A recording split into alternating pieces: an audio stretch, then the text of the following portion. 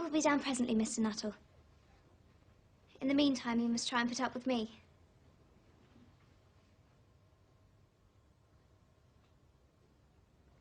It is very kind of you to wait with me.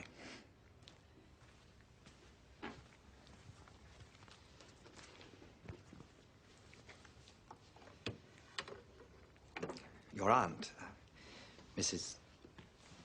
Sappleton. I'm looking forward to meeting her, I'm sure. Do you know many of the people around here? Hardly a soul, I'm afraid. My sister stayed at the rectory 4 years ago, and she's given me some letters of introduction. Oh. Oh? Then you know practically nothing about my aunt? I know her name and address.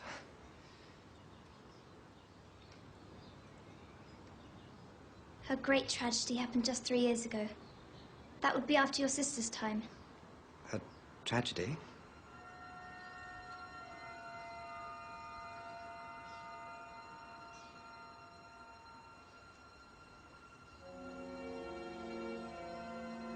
You may wonder why we keep these French doors open on such a cold afternoon. It is quite warm for the time of year.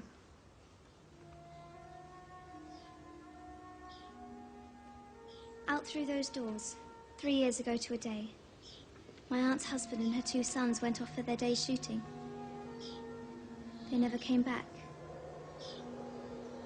Crossing the moor to their favourite snipe shooting ground, all 3 were engulfed in a treacherous piece of bog. Their bodies were never recovered. That was the awful part of it.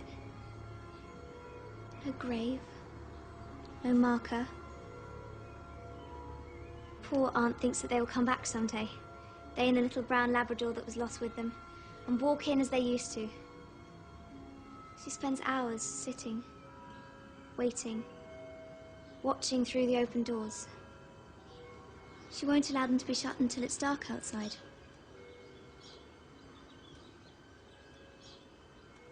Oh, I'm sorry. Do sit down, Mr. Nuttall.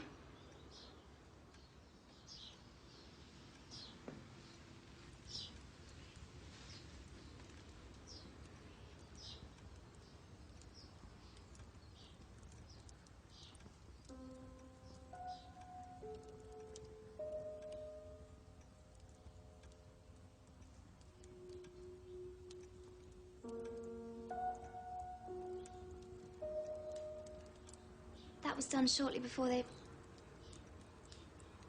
Poor dear aunt. She has often told me of how they went out. Her husband with his waterproof coat over his arm, and Ronnie, her eldest son, teasing her. The tea'd better be ready when we return, Mamma, else there'll be hell to pay.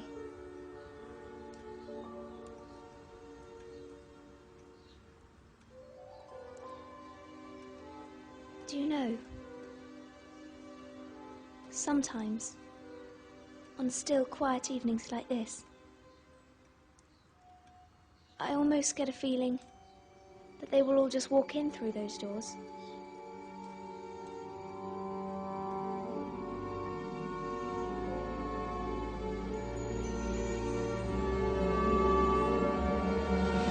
I'm terribly sorry for keeping you waiting, Mr. Nuttall.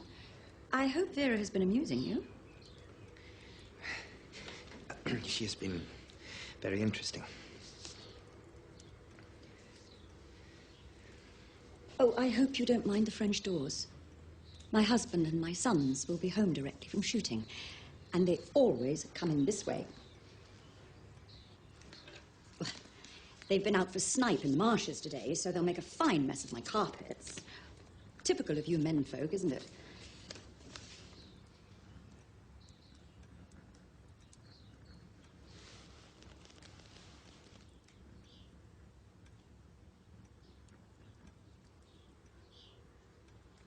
They're calling it nervous exhaustion.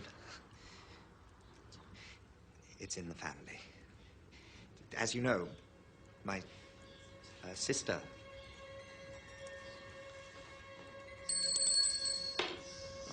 Is the tea ready? Make sure it is. I seem to remember your sister. Yes. Sweet lady. Yes, your sort don't come down so much anymore.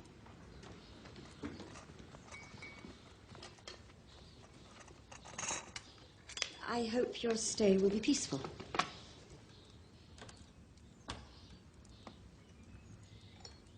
Are you a shooting man, Mr. Nuttall? Milk. Just a little. It hasn't been the same in these last few years. The rain and the mud, you see. It's made an infernal quagmire at the marshes. The doctors agree in ordering me complete rest. An absence of mental excitement and anything in the nature of violent physical exercise.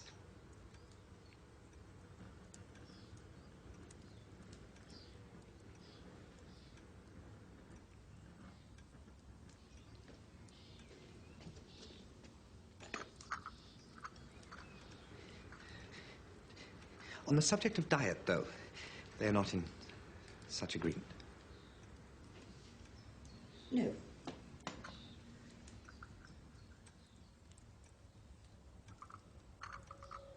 Oh, here they are at last. And don't they look as if they're muddy up to the eyes?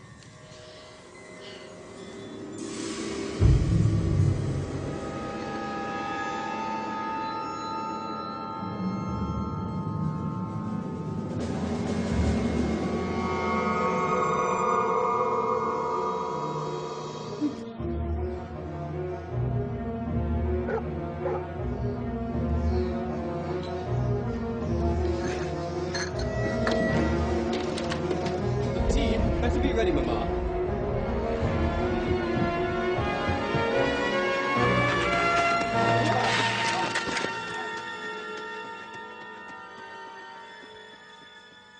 Oh, you're covered in mud. Oh, fairly muddy, my dear, but most of it's dry. They'll need to get used to it if we go to war. Oh, please, let's not talk about that. We'll be home by Christmas, you'll see. Check. Who was that who bolted out as we came up? The most extraordinary man, a Mr. Nuttall. He talked about nothing but his illnesses, and then he dashed off without a word of goodbye or apology when you came in. I expect it was the Labrador. He told me he had a horror of dogs. He was once hunted into a cemetery on the banks of the Ganges by a pack of pariah dogs and had to spend the night in a newly dug grave with the creatures snarling and grinning and foaming just above him. Enough to make anyone lose their nerve, I dare say.